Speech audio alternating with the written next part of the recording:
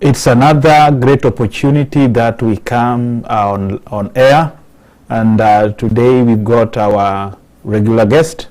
Among the regular guests, Mr. Henry Momanyi, an HIV and AIDS expert, and he's going to briefly tell us a little bit more on what his organization and his friends are actually doing out here to ensure that the African immigrant is not infected by HIV/AIDS, prevention methods, and the very best way possible to ensure that you don't get infected. That is what we are going to discuss a little bit more today. So today our topic is basically going to expound more or to highlight more on what we actually covered in the past. So Mr. Henry Momanyi is coming on board to give his perspective, and then we'll continue from there. So if you got any question, the best option is just shoot it to us so that we can give you a feedback, so that we can really give you one or two ways to help you prevent AIDS. That is what we are here. Or also help your friends out there who are suffering, who are infected, and then we can actually be working in the same platform. So the African immigrants, this is for you. Ensure that you subscribe, you ensure that you click on the bell wherever, when we've got some very nice topics like the HIV and AIDS or how to prevent this pandemic. The very best option is be a regular guest at KDR TV so that you can actually get this particular information. So I'm bringing forward Mr. Henry Momanyi so that we can start the discussion. Hello, Mr. Henry Momanyi, how are you? I'm fine, how are you? I'm doing good, my brother. Sure, thank you. How has the year been for you? Well, it's been very busy, even because the COVID-19, we had so many misgivings and losing so many people in the community. Mm-hmm. But thank God we are back. Thank you very much, my brother. I appreciate that. Appreciate that wonderful, brief answer. We are not actually going to start to ask you who is Mr. Henry Momanyi, but briefly, can you tell the viewers, especially who are new to this particular discussion, who Mr. Henry Momanyi, what your organization actually does to ensure that the African immigrant is protected, especially from getting infected from HIV and AIDS. So go ahead, Mr. Momanyi. Yeah, thank you. Thank you, Mr. Kekwato, for this wonderful opportunity. Once again, my name is Henry Momanyi. I'm the Executive Director of Global Health Services. We are located here in Brooklyn Park, and my agency does what we call early intervention and outreach services in matters infection. So today we are going to talk about HIV and AIDS, especially in the African immigrant community. What is HIV and AIDS? HIV is human immunodeficiency. HIV is human immunovirus. And what is AIDS? AIDS is anti-immunodeficiency syndrome. And so in my agency, this is the work we have been doing, trying to teach our community on how to prevent infections when it comes to matters HIV and AIDS. We have been doing it for the last 15 years, and we specialize in early intervention and outreach services. What that means is we come to the community, we put people together, we do some presentations on the facts on HIV and how HIV affects people, how HIV is being transmitted, how HIV is not transmitted, and what are the myths and misconceptions in the African immigrant community. So, Mr. Kekwato, this is a series that we have been doing, and I thank you so much for giving us this opportunity so that we can reach our African immigrants who live in Minnesota and other parts of the world. Thank you.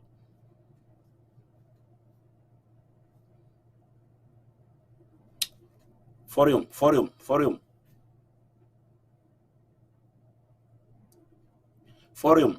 Okay. Thank you. Sorry for that. Can you hear me now? Yeah, I do. I appreciate that. Thank you very much, Mr. Mumanyi, for at least highlighting the what your organization actually does to ensure that our people are protected against contracting or getting infected with HIV/AIDS. So we've got a few questions for you today again, so that you can, tell our people out there the very best way for them to ensure that they don't get infected. So the first question is, we have got so many myths out there, we've got so many misconceptions out there about how HIV and AIDS is transmitted. So can you really tell us exactly how this disease can be transmitted, Mr. Henry Mumanyi? Yeah, thank you, Mr. Ben again. HIV is simply can be transmitted by having unprotected sex, or by using, or sharing some plates or injections for those people who does, injections or drugs.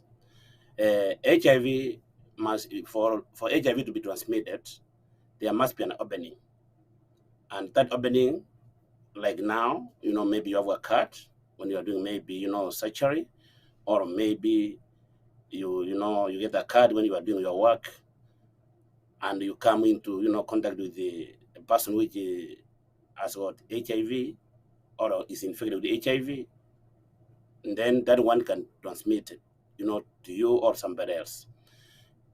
Having unprotected sex, especially vaginal sex, is one of the leading, transmissions of HIV in the whole world.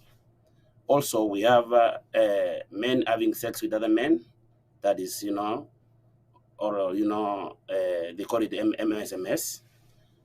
That's one way also of getting HIV transmitted. HIV can be also transmitted through blood transfusion. When people donate blood, and that blood, maybe if it is not checked, one can get easily infected. Having sex with the vagina, which you don't use protection, also is another way of transmitting HIV. Oral sex is one way also of transmitting HIV. There are so many other methods when people can come into contact. Like I said, the major ones are, there must be an opening through blood transfusion, vaginal sex, MSM, that is men having sex with other men, unprotected sex. Those are the most leading methods of HIV transmission. Mr. Gawato, are you there? Yes, I'm here. I'm getting you. Yeah. Yes. Yeah.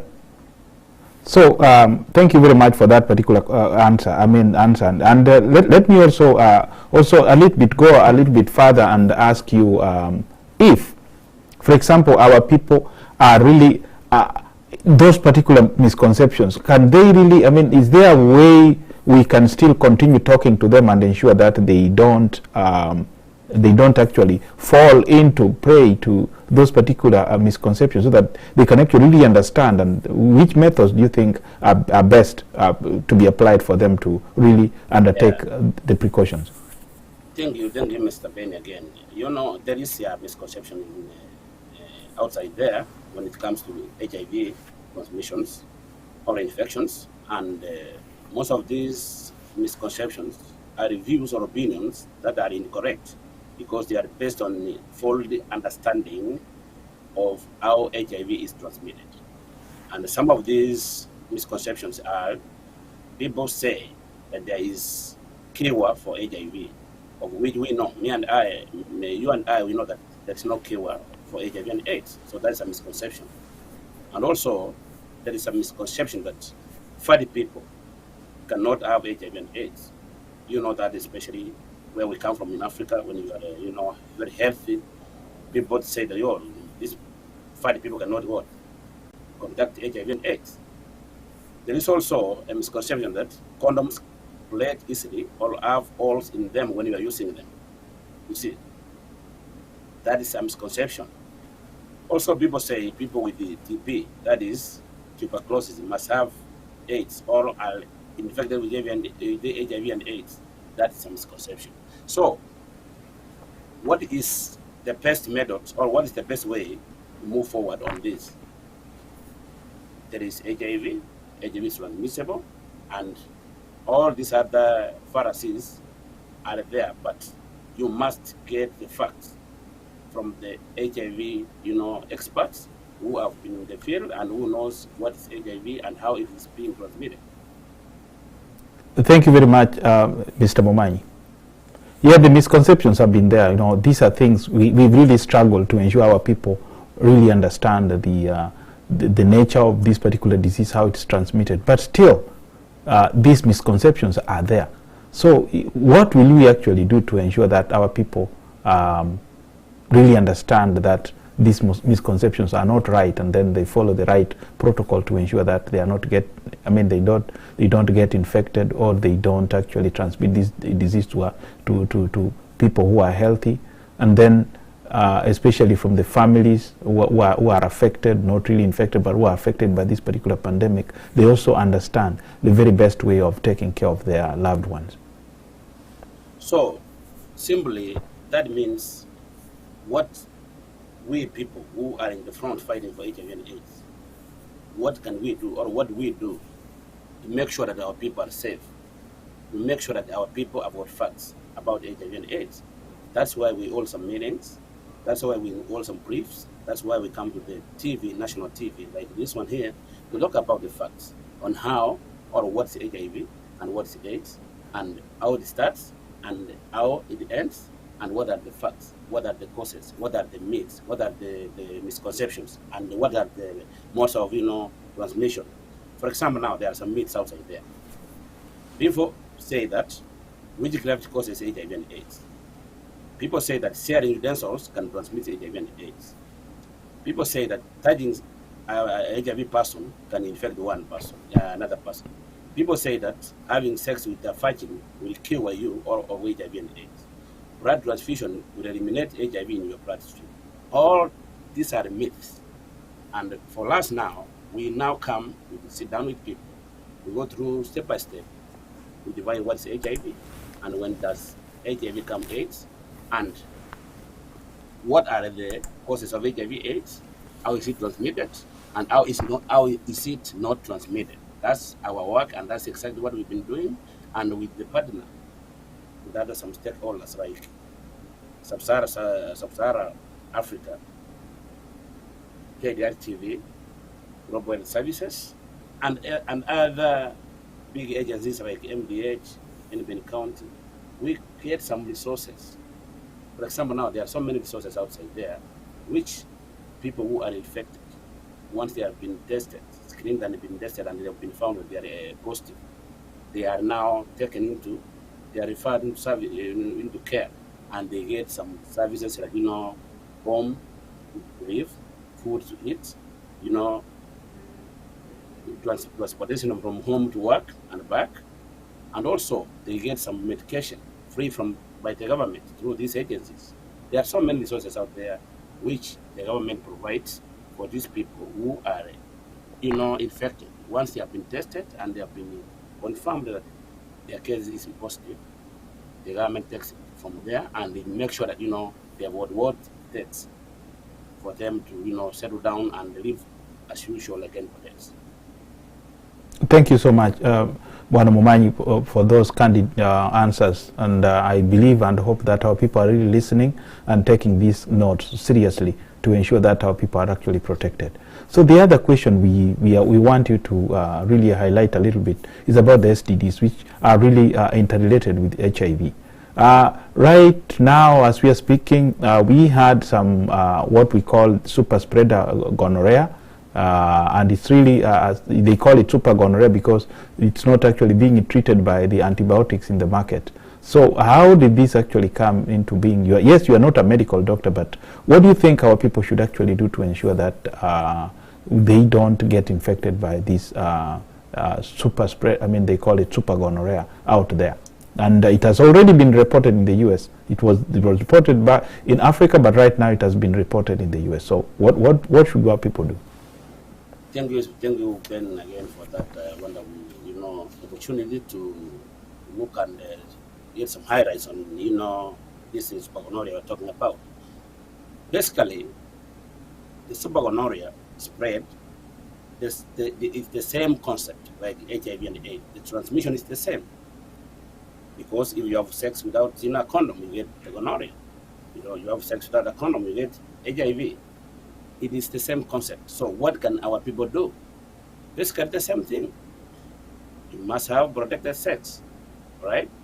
You must abstain from sex if you're not married.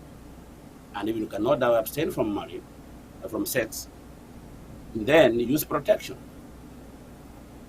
That's the only way you can, protect yourself and your family.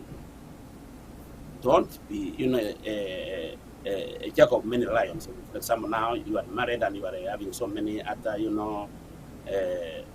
cougars outside there, and you are a married person. If you are a married person, stick to your wife, stick to your family. But if you cannot do that, abstain. If you cannot abstain, then use protection, because once you use protection, for example, using the condom, which is the universal prevention for anything, infection, then I think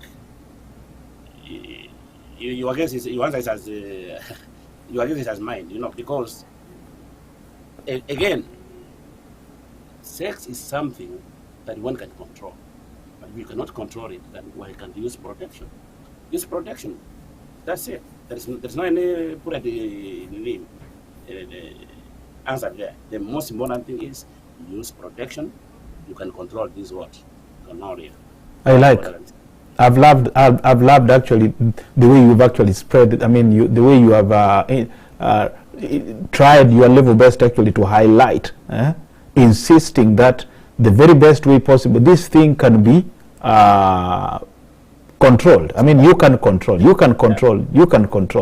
the sexual urges. So you can control this thing by ensuring that you take the very best measures out there to ensure that you don't get infected or you don't infect the other people. I love that. I love the way you actually stressed that point. Yeah, because basically, yes, for any infections, because gonorrhea is in under STDs, right?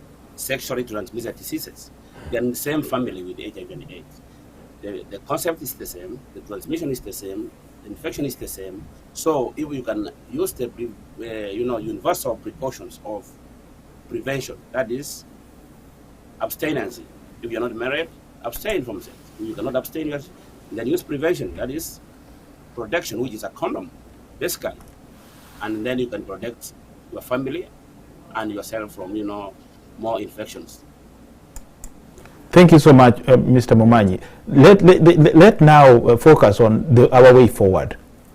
Every now and then we come in the TV station here to highlight or tell our people, especially the African immigrant, that this and this needs to be done so that we can prevent our people from getting infected. But still the infection out here is still rising. It's a pandemic which we are still actually seeing our people. We've lost a few weeks ago, a month or so, we lost a member from our community who was actually was infected with HIV. We are not going to reveal the names here, but we've got the data and we know exactly what really caused some of those deaths. But let's now let me ask you this particular question. Going forward, what strategy do you think is going to work to ensure that we make our people not get infected? Which strategy are you going to employ? That's a very good and wonderful question, Mr. Ben. And once again, the most important thing is we, the providers, and this the community of who are the stakeholders handling this or working on this field. We have to keep doing what we are doing. I know we have got some limited resources, especially where we are after post-COVID-19, which took most resources. But again, with the little resources that we have, is one of these, especially these small agencies, like yours and mine, and the less which are struggling, even to survive, we can leverage, we can integrate our programs. But again, the fight continues. The most important thing, especially each agency, if it can focus on what it's been doing. Like myself, my agency has been doing our intervention and outreach services. What that means is I go to the community, I do a presentation on HIV and AIDS, talk about HIV and how HIV becomes AIDS, and what are the causes of HIV and AIDS, what are the transmissions of HIV and AIDS, the modes of transmission, the myths, the misconceptions, and the facts. After that, I do what we call, that's now part of education. Then I do what we call screening, whereby when we get any case, we refer that person case or to, more, next level of treatment. That's where a person gets one-on-one with his doctor or a provider, and then they go from there so that it can now open up for more resources to our people in the community. So we have to keep on doing what we are doing, going out here, in collaboration with churches, community organizations, uh, government, institutions, and these people, institutions like, NPN County, MDH, DHS, and these other small or, African organizations which have been in the front, like Sub-Saharan Africa, which is really doing a very great work, putting our other small agencies together to keep doing what we are doing, because there are no enough resources, especially at this time, like I said, when we had this when we are at post COVID-19.